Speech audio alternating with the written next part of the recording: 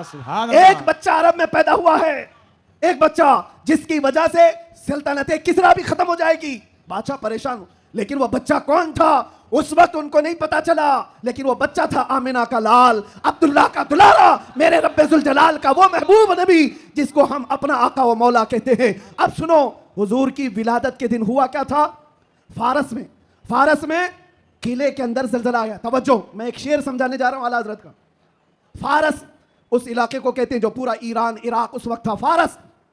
फारस में जलजला आया और किला क्या हुआ? शक हुआ और दीवार फट गई। अब सुनो, वो एक बार हुआ था जब हुजूर की विलादत हुई थी 12 रबीउल अव्वल। फारस का किला फट गया।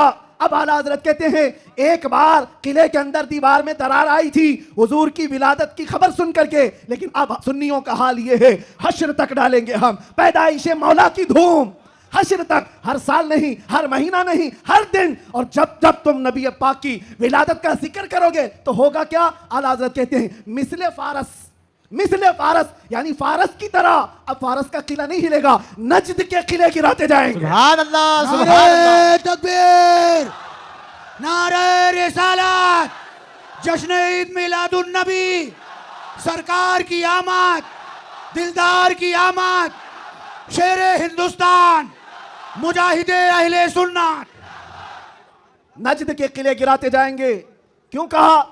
इसलिए कि नजद के किलों में आज भी जलजला आता है तो जिक्र मुस्तफा से आता है। बाकी तो शैतान तो वहदानियत की बात पहले से करता है। शैतान को तौहीद से कोई तकलीफ नहीं, अल्लाह की वहदानियत से कोई तकलीफ नहीं थी। शैतान को तकलीफ तो रिसालत से थी।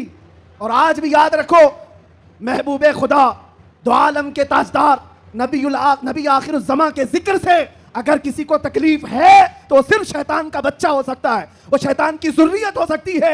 इसलिए कि शैतान को रिसालत से तकलीफ थी, उलूहियत से नहीं। और इसीलिए शायर ने कहा, निसार तेरी चहल पहल पर हजारों ईदे रबीउल अव्वल, सिवाय इबलीस के जहां में सभी तो खुशियां मना रहे हैं। सुभान अल्लाह, सुभान अल्लाह।